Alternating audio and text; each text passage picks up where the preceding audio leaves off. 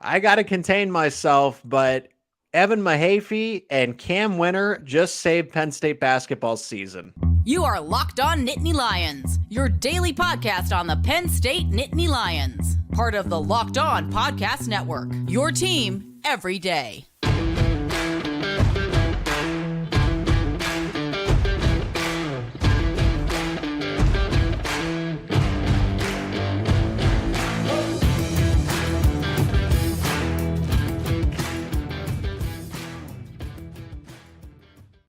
We are live again. Thanks for making Locked On Nittany Lions your first listen and watch every single day. We are free and available wherever you get your podcasts. This episode is brought to you by FanDuel Sportsbook, the official sportsbook of Locked On. Make every moment more. Visit FanDuel.com/Locked On. That is FanDuel.com/Locked On today to get started. I am Zach Sako, your host of Locked On Nittany Lions, joined by the expert himself, Penn State men's basketball insider, Adam Sheetz. We're up past your bedtime here for the live episode, Adam. Oh, yeah. But it was worth it. After dark basketball, when they chuck them out in, Chicago different times and they have to play late. I listened to Steve Jones telling me he loves the travel plans when they play at 9 p.m. and getting home real late. But, they made it worth it. They definitely did make it work. Yeah, not only did we have the Big Ten start because Ohio State and Maryland couldn't finish on time, so they started late at 9:10. Then Penn State has the shot to rattle in and out to go to overtime with a 9:10 Eastern time start. This is 8 for Northwestern, being an hour behind. And then we get overtime, but I'm glad I was like, I'm not doing it. I am not saying anything about this team if they end up losing this game, but I'm glad they won 68-65 in overtime. Cam Wynter, let's start there, because not only did he hit the game-winning shot, I love what the color commentator said on the TV broadcast, stone cold-blooded. That's exactly what that was, because not only that, all the pressure in the world, right? You were sitting in front of your bench. You were standing there. He took his time. Normally, when you take your time, you miss those shots. And he made that shot perfectly in the corner. But even before that, Evan Mahaffey, the effort. That's why he's in there playing the 5. He's 6'6", and he's playing the 5 against these bigger Big Ten teams. And I thought Andrew Funk was going to close it out, rattles in and out. You and I have kind of talked before we started here that this was going to be a game that this was the most Penn State way to finish the season, to lose it here, because they needed this game. This is a quad 1 win. This definitely puts them back. I think this takes them out of one of those first team. I think this is one of the last 4 in, honestly, just the way it's trending. But your thoughts here? The job's not done, but how close do you think they are to actually making the tournament after tonight's win? Oh, I think they're extremely close. This is a team that came in. Everyone knows they had to win this game, especially after the loss to Rutgers you had on Sunday. And they came out and they started out slow, which, is never a good sign after a tough loss. Starting out slow, it's kind of like, on maybe the road. On the road as well against a very good Northwestern team. It's like, maybe they're not there. But Cam Wynter, as you mentioned, played phenomenal, 24 points, hit 4 threes, and obviously the game winner. And I'm glad you mentioned Evan Mahaffey. I was afraid he was going to get forgotten in a lot of that when they talk about the shot. And I'll talk about Evan Mahaffey made an incredible play just to get the ball. They missed a shot. He's able to get the rebound. Great skip past Andrew Funk. He knew exactly what he was doing with it. One more to Wynter. And, this is a big shot for him because he had a very similar shot against Wisconsin earlier this year at home in a game everyone thought was a huge must-win game at home for the Nittany Lions, and he missed that shot, and Penn State ended up losing that game in overtime. Wynter comfortable, took his time. He hit 4 threes in the game, knocked down the big one in the corner to win it. Just a great win, and glad to see for Cam Wynter, a guy who's had his struggles this season, but stayed strong, stayed confident. They started to run more things for him down the stretch. He's played really well over the last few games, and today obviously coming up huge for Penn State. And this was a game I want to talk about the mentality this team has, because Micah Shrewsbury owned up to being out. I mean, he admitted, I don't know that. Yes, you can sit here and say, but he was out coached by Rutgers, a matter of how much by Steve Pikiell. But Micah Shrewsbury owned up to it. Seth Lundy, I love that was brought up at the beginning of the broadcast. That was news to me, but Seth Lundy and Andrew Funk, that right there is a team, players particularly, but a team that cares. They wanted this. They knew what they were going to hear from myself, from people on social media, their peers, that you blew it. You blew a near 20-point lead at home to a decent team in Rutgers. They're going to make the tournament. But for them to stay in the auxiliary gym and just keep shooting until they got the demons out of them to go into this game, that was the toughest test here, was the mental test, and they passed.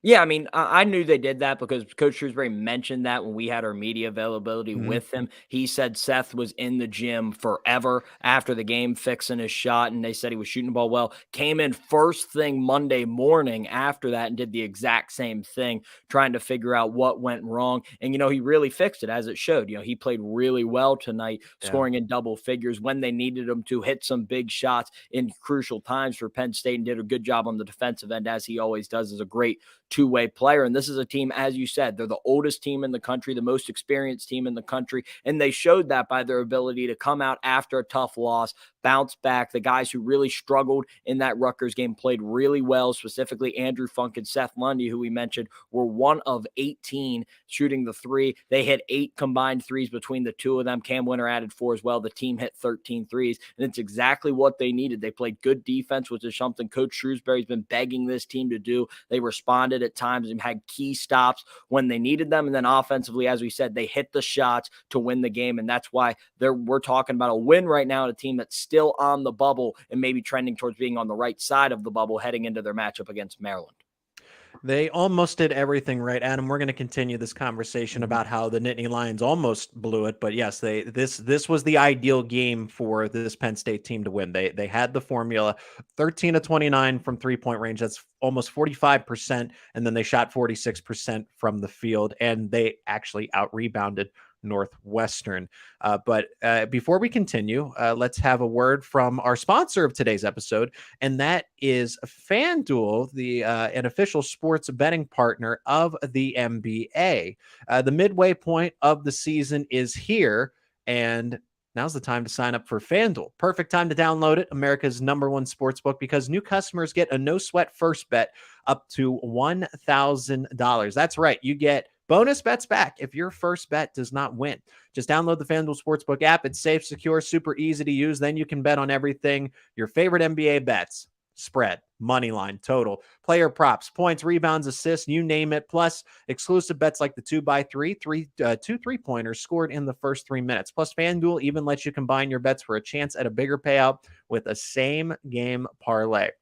So don't miss out on your chance to get the no-sweat first bet up to $1,000 in bonus bets when you go to FanDuel.com/lockedon. That is FanDuel.com/lockedon to learn more. Make every moment more with FanDuel, an official sports betting partner of the NBA. And thanks for making Locked On Nittany Lions your first listen and watch every single day. It's fitting because we're talking about college basketball. Check out Locked On College Basketball. Everything you need to know about college basketball in one place. Plus, you get to hear from big-name experts, insiders, players, and coaches. That is Locked On College Basketball, available on YouTube and wherever you get your podcasts. Bring on the comments, because this is another live episode on YouTube. Adam, I want to thank you for staying up past your bedtime. Locked On Nittany Lions After Dark. So feel free to put your thoughts in the chat here, and we'll bring them up on the show right here and continue this conversation, because Penn State did not do everything right in this game. I felt like they had a little bit of luck here. They did the things that they wanted to do right. They out-rebounded. They played much better defense. And they didn't get bullied by Northwestern. Sure, Northwestern was physical, but it wasn't to a point where it's like, man, Penn State's getting beat down by the physicality here. But in that same breath, they went to overtime where you could have made some more free throws. They were 7 of 13 from the stripe. That's unacceptable. And I lost count of how many turnovers they had. Northwestern lives up to the bill of they play tough defense, because I think they average 8 steals a game. And Penn State really could have blew this one on the road. 13 turnovers to Northwestern's 5. That's an issue, Adam. Yeah, I mean, they can't turn the ball over. That was kind of the weird thing, because as you mentioned before you went to your live read with FanDuel, Penn State did everything that usually you'd say if Penn State does this, they're going to win. They shot the three well. They actually out-rebounded a team. Like, they did everything we talk about when we say the formula for Penn State to win games is this. They did that. The problem is the things we sometimes take for granted because they do them so well, they did not do, which is turn the ball over, as you said, had a lot of turnovers. And then they missed free throws. This is coming in. They were the fourth best team in the Big Ten shooting free throws per percentages. They obviously don't go there a lot, but they were 7 of 13 today. They did not shoot the free throws well. And if they did, this game might never get to overtime. They had some key misses. Andrew Funk had an and one and missed a free throw. Jalen Pickett went 1 of 3 from the foul line when he got fouled and had some opportunities. So, there's definitely some things Penn State's going to have to figure out there and have to clean that up before the Maryland game. But they always say, you're allowed to have these mistakes when you win, because then we learn from them. When you lose, it's a different conversation. Winning kind of, pushes those things aside. So Penn State able to get the win, but a lot to fix. I'm sure Coach Shrewsbury's going to be working with them in practice leading up to that game on Sunday. And if Penn State had lost to Northwestern in overtime, let's say we flip the script, this is exactly what we'd be talking about in this same post game. We'd be a little somber. Little dust in our eyes because we're tired, because it would have been exhausting, I got to add. But I'm happy they won, because this team, I think they are destined for one of those play-in games as an 11 seed. I think that's where they're going to land if they continue to do this. One more thing about the Northwestern game, Cam Wynter having 24 points, because this was something we harped on a lot, Adam, was that this team did not have another option. It was Jalen Pickett, Seth Lundy, and Andrew Funk. And if any one of those three guys was remotely taken away, Penn State struggled. So the fact that you are finally getting anybody, I didn't care who it was. I don't care if it was a freshman in Kanye Clary. I didn't care if it was Keba Jai finally figuring things out at the 5, because I know he's playing out of position. But Cam Wynter makes the most sense, since he was one of those prize transfers they got in the offseason. Yeah, Cam Wynter was supposed to be the 4th option on this team, or maybe even the 3rd option. I mean, he's a guy who's supposed to be a star on this team. He could really score the basketball. I think it took him some time, and he went through a stretch where he didn't know where he fit in, because he's a guy who really likes to have the ball. That's where he does most of his damage, and he had to really learn that, because obviously Jalen Pickett's going to have the ball a lot of the game. So, Coach Shrewsbury's given Cam Wynter more opportunities now we've seen in the offense, and he's made the most of them. It's not like they're giving it to Cam Wynter and he's not really capitalizing. He's done that when he's gotten those opportunities. Look at the numbers he's put up over the last few games. He's been really, really good, and he continued to do that in this game. And they're going to need him to keep going. They will need him against Maryland. Kanye Clary was the guy who played really well when they went to Maryland. They have very similar games. Cam Wynter's a better shooter than Kanye Clary is, but they both like to get downhill and get to the rim. So there's definitely room for a Cam Wynter to be very successful in that game if he can keep it going and stay hot and keep that same confidence. I just like particularly, it didn't have to be Cam Wynter. I'm glad it is, because I think he's worked his tail off, and he's finally, I think there's an identity for him on this team, as you mentioned, because you said he figured things out. But this team really became dependent again on Jalen Pickett, too overly dependent. This was somebody that they wanted to scale back to 30, 32 minutes, right? And let him have fresh legs for a majority of the game. And then you're seeing that Micah Shrewsbury had no choice, and he has to put him in for nearly 40 minutes plus. The overtime here, the exception, of course, but you were seeing quite a bit down the stretch in the second half of the schedule, 38 minutes, 39 minutes, 38 minutes, 39 minutes. And that's not what Micah Shrewsbury and Penn State wanted to do. They have to do that, but they wanted just to give him a little more rest time, because he's earned it. He deserves it. But I just like that Penn State doesn't need a 40-point performance from Jalen Pickett. It's nice when he does that, but they don't need that to win these kinds of games against these kinds of teams. Yeah, I mean, you shouldn't have to need that. And I think Jalen Pickett, he played 44 minutes tonight. So, he's definitely got a lot of traction on those legs this season. And the way he plays, he exerts so much energy that I don't know how he keeps doing it the way he does. But this was a very tough game for them, and it's glad to see they have a guy that maybe they can give Jalen Pickett more rest and trust a Cam Wynter to really run the show out there on offense. And maybe even when Jalen Pickett's still in the game, give him a rest on offense where he can kind of stand on the wing, get a breath. Cam Wynter's going to do his thing. They're going to move the ball around, and he won't be asked to, get the ball, back a guy down into the post, see the double team, take the contact, either finish or kick it out to a guy. And he played only 7 points today, but he had 11 assists. He did his job, moved the ball very well, made the right decision a lot of the the time. So Jalen Pickett had a good game for his standards, just the way he passed the basketball. And they're going to need him, especially down the stretch with this Maryland game and the Big Ten tournament, to keep playing well. But it's glad to see now they have more options. And, you beat a team today. I think a lot of people are saying, Northwestern, they were a team that was vying for the 2 seed, even for the 1 seed going into this game. Mm-hmm. So they're still obviously going to be up there in that double bye range. And Boo Buie showed today, I think he's one of the best players in the country. I think not many people talk about him. He was nearly unstoppable. So, Penn State was able to weather that storm and find a way to win the game. So Penn State's a team with a lot of momentum. You thought maybe they lost some after the Rutgers game, and now they're a team you're sitting at. They're like, they've won 4 of their last 5 going to Maryland. So that's going to be a very interesting game.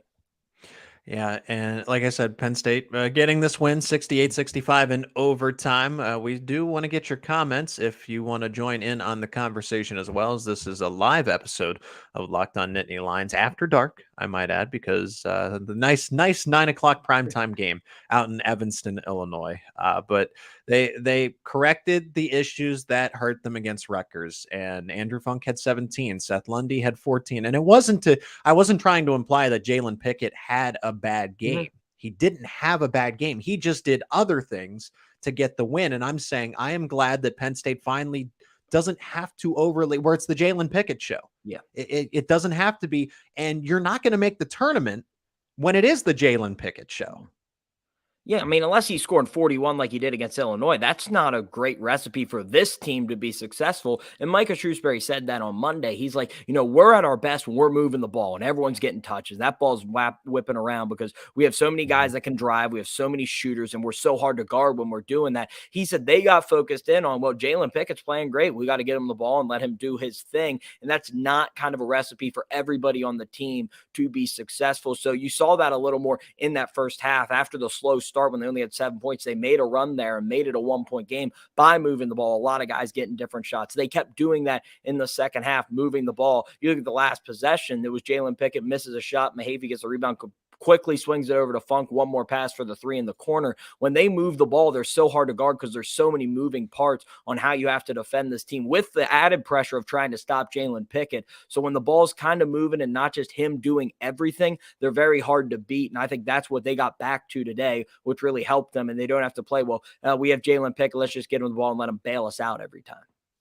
Let's transition to the final segment and look big picture here. And again, thank you for joining us here. As this is a late show, but something to be excited about. As Penn State, the conversation continues. They're entrenched in the bubble now, but if they lose to Maryland, things do get a little complicated because then you just have to go on a run in the Big Ten tournament, and you can't have a situation where it's practically impossible to a point where you almost need that automatic bid by winning the Big Ten tournament, because Penn State's not doing that. So I said, if you win 4 in a row, Northwestern, Maryland, 2 games in the Big Ten tournament, it still leaves it up to a conversation.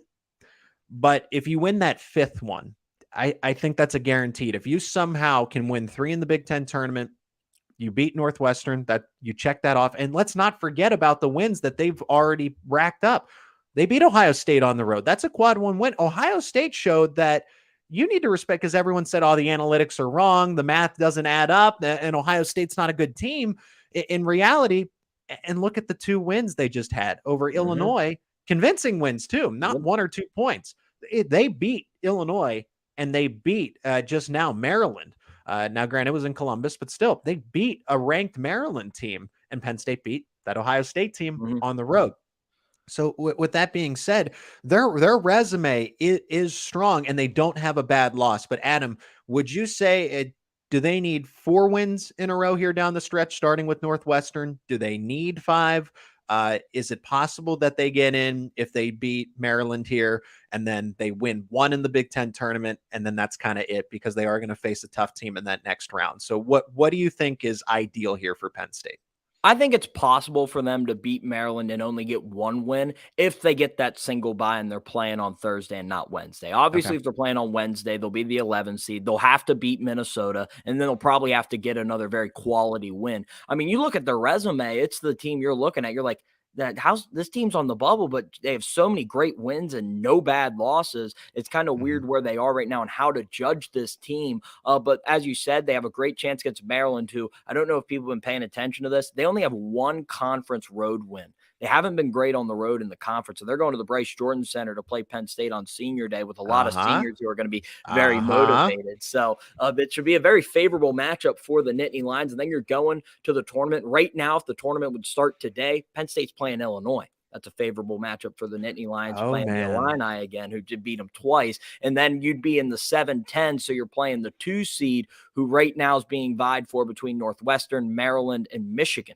And there are 3 teams now Penn State's beat. So you got to feel confident going there. I said try to avoid the 8-9. Obviously, Penn State's not thinking about that because that's all on what other teams do. They just got to beat Maryland. But if they can get to the 7-10 game and then you're playing the 2 seed, that's avoiding Purdue. I think that's a very favorable slate in the Big Ten tournament for Penn State to get those wins and really lock up that spot in the NCAA tournament. Yeah, wow. It would really be storybook if they could get that one of those buys ultimately set up where they play Illinois and then do get a rematch with a Michigan or a Maryland team, because that matchup is so much better. They just need to avoid Purdue at all costs. Or if they somehow face a Michigan State team, like those are winnable games on a neutral court. And something to keep an eye on, root against Wisconsin at all costs. They play Purdue tomorrow night, which would be Thursday, March 2nd. That's a home game. We obviously know that Purdue is really good, but if Wisconsin wins its final 2 games, then Penn State does not get, unless everybody else just kind of craps the bed here and loses games they're not supposed to that are just in front of them. But if you look at the standings, they're really right now in hot contention with Wisconsin. So if Penn State can control its destiny here, again, they have another opportunity. Beat Maryland and hope that Wisconsin loses at least one Purdue, because they're not going to lose to Minnesota. They play Minnesota for its final game. They're not losing to Minnesota. So you got to hope that Wisconsin loses to Purdue, but we've seen Purdue get upset here quite a bit, a little too frequently down the stretch. Yeah, I think that's going to be the interesting thing. What Wisconsin does is so important for Penn State. That's where this team's really going to be kicking themselves because of that loss. Both losses to Wisconsin. Those are 2 games Penn State could have easily won. They had it in control at the Kohl Center, let it slip out of their hands, lost by 3, and then the overtime loss at home. Penn State probably feels like they should have won that game. So Penn State could have had the season sweep over the Badgers, got swept by the Badgers, and now you're looking tiebreakers. Everything's going to Wisconsin if it ends up that way. So if you're Penn State, you have to be looking around and watching these Wisconsin games and hoping that Wisconsin loses. But if you're on the team, you're got to lock in, be ready for Maryland, control what you can control, and the other things will play itself out. Whether Penn State's playing on Wednesday or Thursday, it's going to be a matter of win the games you're supposed to win and hope that's going to be enough to get this team in the NCAA tournament. Yeah, and it's really going to come down to Wisconsin and what they do to help here. I don't beat Maryland and hope that Wisconsin loses to Purdue, because they ain't losing to Minnesota. But they're really, Rutgers is a game and a half ahead of them. Michigan State, Illinois. It would take a monumental collapse for any of those teams to really change some seeding in terms of how it would affect Penn State. It's really just Wisconsin right now. But once again, thanks for making Locked On Nittany Lions your first listen and watch every single day. Check out Locked On College Basketball, the show devoted to everything college basketball. You get to hear from big name experts, coaches, players, you name it. That is Locked On College Basketball, available on YouTube and wherever you get your podcasts. Like this show, Locked On Nittany Lions, if you haven't already, please do subscribe. Adam, you do such great work as the comm radio at Penn State, men's basketball insider. Where can people keep up with your work as Penn State's going to get real exciting for this basketball team here down the stretch? At Sheetz Adam on Twitter, where you can find hopefully a team that's getting ready to march on to the NCAA tournament if they can control their destiny, watching Penn State throughout the rest of the year. All right. Well, Adam, thanks so much for the time, pushing back your bedtime. I hope you don't have to hit snooze too much in the morning tomorrow. Thanks again, as always, and really enjoyed this conversation. It was nice. Oh, yeah. Thanks, Zach. Always a pleasure.